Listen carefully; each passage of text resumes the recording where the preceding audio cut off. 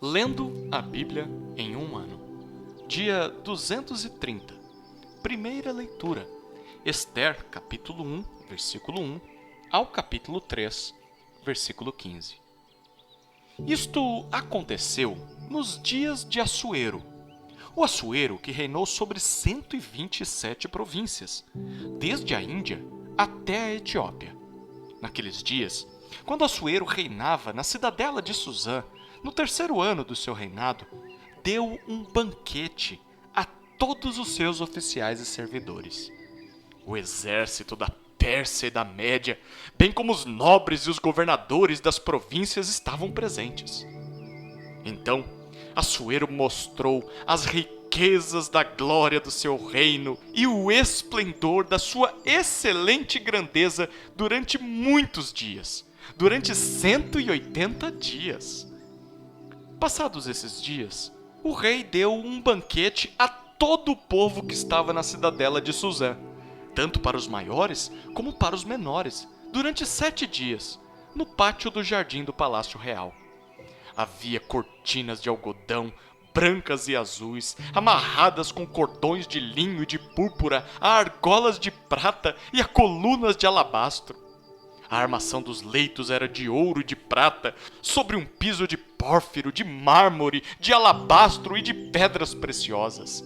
A bebida era servida em taças de ouro, de vários tipos, e havia muito vinho real, graças à generosidade do rei.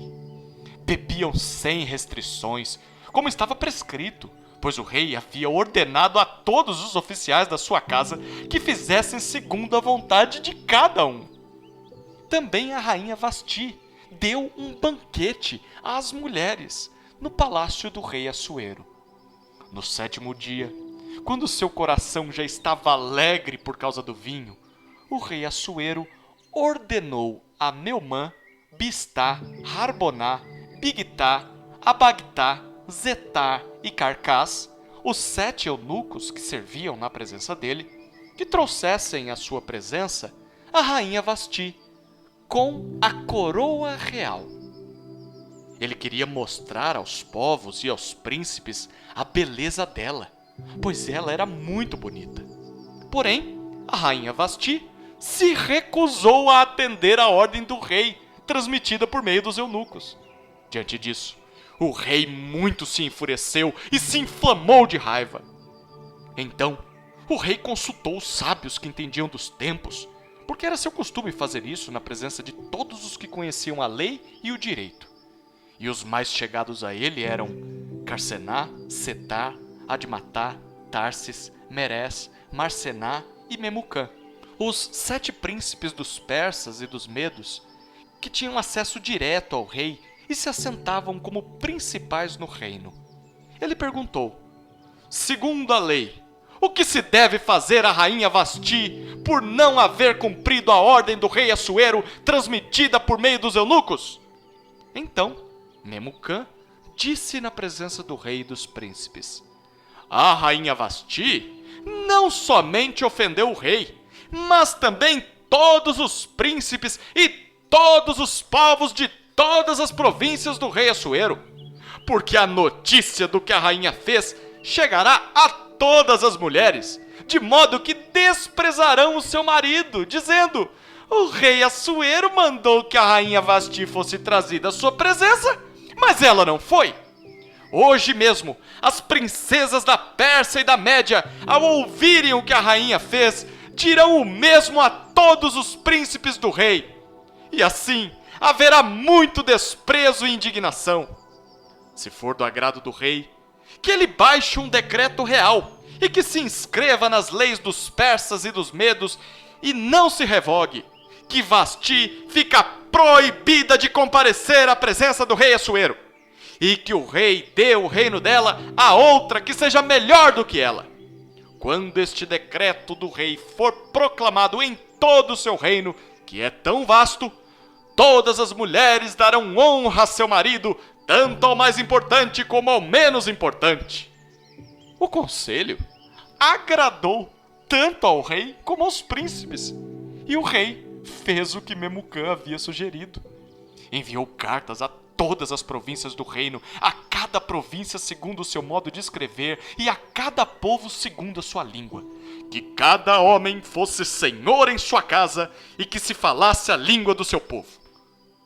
Depois disto, quando a raiva do rei Assuero já havia passado, ele se lembrou de Vasti e do que ela havia feito e do que havia sido decretado contra ela. Então, os servos do rei que o serviam lhe disseram que se procurem moças virgens de boa aparência para o rei.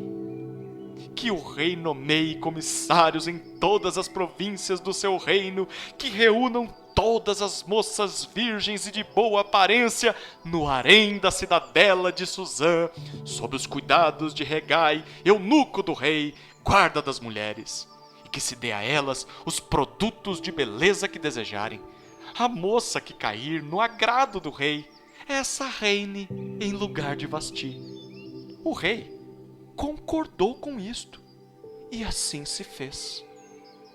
Ora, na cidadela de Suzã, havia um judeu da tribo de Benjamim, chamado Mordecai, filho de Jair, filho de Simei, filho de Quis. Ele tinha sido levado de Jerusalém com os exilados que foram deportados com Jeconias, rei de Judá, a quem Nabucodonosor, rei da Babilônia, havia levado para o exílio. Mordecai havia criado Hadassa, que é Ester, filha de seu tio, que era órfã de pai e de mãe. A jovem era bonita e formosa. Depois que o pai e a mãe dela morreram, Mordecai a adotou como filha. Quando a ordem e o decreto do rei foram divulgados, muitas moças foram levadas para a cidadela de Suzã, sob os cuidados de Hegai. Levaram também Ester ao palácio real e a entregaram aos cuidados de Hegai, guarda das mulheres. A moça lhe pareceu formosa e alcançou favor diante dele. Por isso, Hegai se apressou em dar-lhe os produtos de beleza e a alimentação especial. Também lhe deu 7 moças escolhidas do palácio real e a transferiu com essas moças para os melhores aposentos do harém. Ester não havia declarado o seu povo nem a sua parentela, pois Mordecai lhe havia ordenado que não dissesse nada a respeito disso. Mordecai passeava todos os dias diante do pátio do harém para saber como Ester estava passando e o que ia acontecer com ela. Depois de 12 meses de tratamento, seguindo as prescrições para as mulheres, que eram embelezadas 6 meses com óleo de mirra e 6 meses com óleos aromáticos, essências e perfumes em uso entre as mulheres, chegava a vez de cada moça ser levada ao rei Assuero. Então, a moça ia ao encontro do rei e podia levar consigo tudo o que quisesse do harém para o palácio. À tarde, ela entrava no palácio e pela manhã voltava para o segundo harém, sob os cuidados de Saasgás, eunuco do rei, guarda das concubinas. A moça não voltava mais ao rei, a menos que o rei a desejasse, e ela fosse chamada pelo nome. Quando chegou a vez de Ester, filha de Abiail, tio de Mordecai, que a tinha adotado como filha, ela não pediu nada além do que Hegai, eunuco do rei, guarda das mulheres, lhe havia aconselhado. E Ester alcançou o favor de todos os que a contemplavam. Assim, Ester foi levada ao rei Assuero, ao palácio real, no 10º mês, que é o mês de Tebete, no 7º ano do seu reinado. O rei amou Ester mais do que todas as mulheres, e ela alcançou diante dele favor e aprovação mais do que todas as virgens. E o rei pôs a coroa real na cabeça dela e a fez rainha em lugar de Vasti. Então, o rei deu um grande banquete a todos os seus oficiais e servidores. Era o banquete de Ester. Concedeu alívio às províncias e distribuiu presentes segundo a sua generosidade real. Quando as virgens foram reunidas pela segunda vez, Mordecai estava sentado junto à porta do rei. Esther ainda não havia declarado a sua linhagem e o seu povo, como Mordecai lhe havia ordenado. E Esther continuava a cumprir as ordens de Mordecai, como tinha feito quando este a criava. Naqueles dias, quando Mordecai estava sentado junto à porta do rei, 2 eunucos do rei, que se chamavam Bigtã e Teres, e eram do corpo da guarda, ficaram indignados e planejaram matar o rei Assuero. Isto chegou ao conhecimento de Mordecai, que o revelou à rainha Esther, e Esther o disse ao rei em nome de Mordecai. Investigou-se o caso, e era fato, e os 2 conspiradores foram pendurados numa forca. Isso foi escrito no livro das crônicas diante do rei. Depois disto, o rei Assuero engrandeceu Amã, filho de Amedata, Agagita, e o exaltou, e lhe deu um cargo mais elevado do que o de todos os oficiais que estavam com ele. Todos os servos do rei que estavam à porta do rei se inclinavam e se prostravam diante de Amã, porque esta era a ordem do rei a respeito dele. Mordecai, porém, não se inclinava nem se prostrava. Então, os servos do rei que estavam à porta do rei perguntaram a Mordecai: "Por que você está transgredindo as ordens do rei?" Dia após dia, eles falavam com Mordecai, mas ele não lhes dava ouvidos. Então, contaram isso a Amã, para ver se as palavras de Mordecai se manteriam em pé, porque ele lhes tinha declarado que era judeu. Quando Amã viu que Mordecai não se inclinava nem se prostrava diante dele, encheu-se de furor. Porém, julgou que era pouco nos seus propósitos atentar apenas contra Mordecai, porque lhe haviam declarado de que povo era Mordecai. Por isso, Amã procurou destruir todos os judeus, povo de Mordecai, que havia em todo o reino de Assuero. No primeiro mês, que é o mês de Nisã, no 12º ano do reinado de Assuero, foi lançado o pur, isto é, fizeram um sorteio na presença de Amã para determinar o dia e o mês, e foi sorteado o 12º mês, que é o mês de Adar. Então Amã disse ao rei Assuero: "Existe um povo espalhado e disperso entre os povos em todas as províncias do seu reino, cujas leis são diferentes das leis de todos os povos. Eles não cumprem as leis do rei, e por isso não convém tolerá-los. Se for do agrado do rei, decrete-se que sejam mortos, e eu porei nas mãos dos que executarem a obra 340 toneladas de prata, para que entrem nos tesouros do rei." Então o rei tirou da mão o seu anel sinete e o deu a Amã, filho de Amedata, Agagita, inimigo dos judeus, e lhe disse: "Fique com essa prata e faça com esse povo o que bem quiser." No dia 13 do primeiro mês, chamaram os secretários do rei, e segundo tudo que Amã havia ordenado, se escreveu aos sátrapas do rei, aos governadores de todas as províncias e aos chefes de cada povo. A ordem devia ser endereçada a cada província no seu próprio modo de escrever e a cada povo na sua própria língua. Foi escrita em nome do rei Assuero e selada com o anel sinete do rei. As cartas foram enviadas por meio de mensageiros a todas as províncias do rei, com instruções para que, num só dia, o dia 13 do 12º mês, que é o mês de Adar, todos os judeus, tanto os jovens como os velhos, as mulheres e as crianças, fossem destruídos, mortos e aniquilados, e que os seus bens fossem saqueados. Uma cópia da carta que determinava a proclamação da lei em todas as províncias foi enviada a todos os povos para que se preparassem para aquele dia.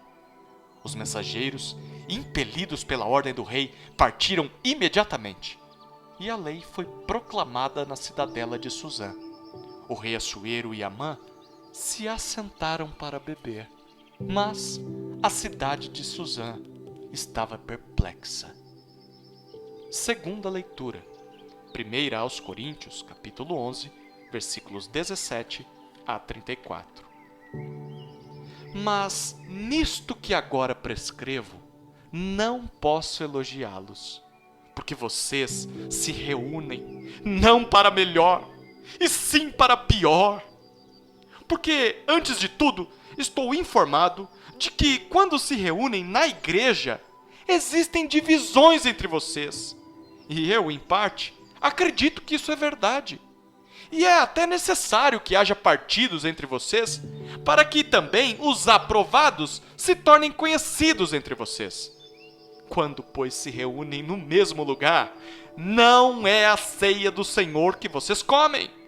Porque quando comem, cada um toma antecipadamente a sua própria ceia, e enquanto um fica com fome, outro fica embriagado. Será que vocês não têm casas onde podem comer e beber? Ou menosprezam a igreja de Deus e envergonham os que nada têm? Que posso dizer a vocês? Devo elogiá-los? Nisto certamente não posso elogiá-los. Porque eu recebi do Senhor o que também lhes entreguei, que o Senhor Jesus, na noite em que foi traído, pegou um pão e, tendo dado graças, o partiu e disse: isto é o meu corpo, que é dado por vocês. Façam isto em memória de mim. Do mesmo modo, depois da ceia, pegou também o cálice, dizendo: este cálice é a nova aliança no meu sangue. Façam isto todas as vezes que o beberem, em memória de mim. Porque todas as vezes que comerem este pão e beberem o cálice, vocês anunciam a morte do Senhor, até que Ele venha. Por isso, aquele que comer o pão ou beber o cálice do Senhor indignamente, será réu do corpo e do sangue do Senhor. Que cada um examine a si mesmo, e assim coma do pão e beba do cálice. Pois quem come e bebe sem discernir o corpo, come e bebe juízo para si. É por isso que há entre vocês muitos fracos e doentes, e não poucos que dormem. Porque se julgássemos a nós mesmos, não seríamos julgados. Mas quando julgados, somos disciplinados pelo Senhor, para não sermos condenados com o mundo. Assim, meus irmãos, quando vocês se reúnem para comer, esperem uns pelos outros. Se alguém tem fome, que coma em casa, a fim de que vocês não se reúnam para juízo. Quanto às demais coisas, eu as ordenarei quando for aí. Terceira leitura. Salmos, capítulo 35, versículos 17 a 28. Até quando, Senhor, ficarás olhando? Livra-me da violência deles. Salva dos leões a minha preciosa vida. Renderei graças na grande congregação. Te louvarei no meio da multidão poderosa. Não se alegrem de mim os que sem razão são meus inimigos. Não pisquem os olhos os que sem motivo me odeiam. Não é de paz que eles falam, pelo contrário, tramam enganos contra os pacíficos da terra. Escancaram contra minha boca e dizem: pegamos, pegamos, vimos tudo com os nossos próprios olhos. Tu, Senhor, tens visto isso. Não te cales, Senhor, não te ausentes de mim. Acorda e desperta para fazeres justiça. Defende a minha causa, Deus meu e Senhor meu. Julga-me, Senhor, Deus meu, segundo a tua justiça. Não permitas que se alegrem à minha custa. Não digam eles lá no seu íntimo: agora sim, cumpriu-se o nosso desejo. Não digam: acabamos com ele. Envergonhem-se e juntos sejam cobertos de vexame os que se alegram com o meu mal. Cubram-se de vergonha e humilhação os que se engrandecem contra mim. Cantem de júbilo e se alegram os que têm prazer na minha retidão. Que eles digam sempre: glorificado seja o Senhor, que se compraz na prosperidade do seu servo.